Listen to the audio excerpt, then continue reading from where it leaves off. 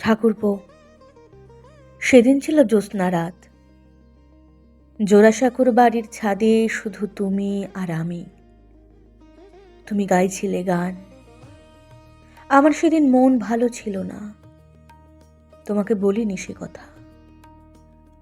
তবু তুমি বুঝতে পারলে আমার মনের কষ্ট। তুমি যে আমার দোসর ঠাকুরপো। আমার কানের কাছে মুখ এনে গাঢ় স্বরে বললে, নতুন বৌঠান, কি হবে ছোটখাটো দুঃখের কথা মনে রেখে? ভুলে যাও, সব ভুলে যাও। ভুলতে বললেই কি ভুলতে পারা যায়? কত দিনের কত অপমান, কত কষ্ট।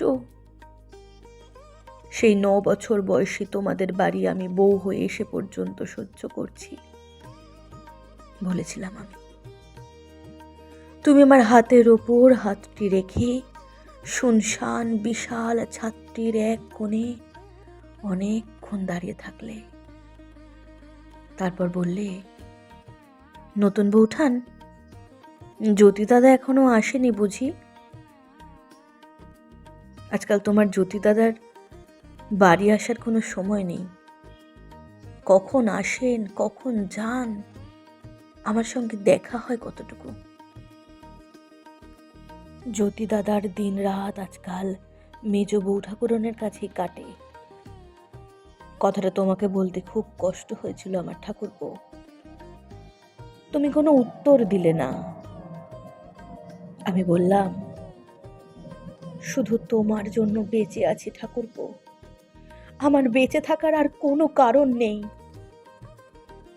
ঠাকুরপো, এই কথা শুনে তুমি আমার দিকে তাকালে। তোমার চোখের দিকে তাকিয়ে আমার ভয় করলো। আমার মনে পড়ছে চাঁদের আলোয় তোমার সেই রূপ, যেন এক তরুণ দেবদূত। কিন্তু তোমার চোখের দৃষ্টি আমাকে শান্তি দিল না। মনে হলো আমার শেষ আশ্রয়টুকুও চলে যাবে।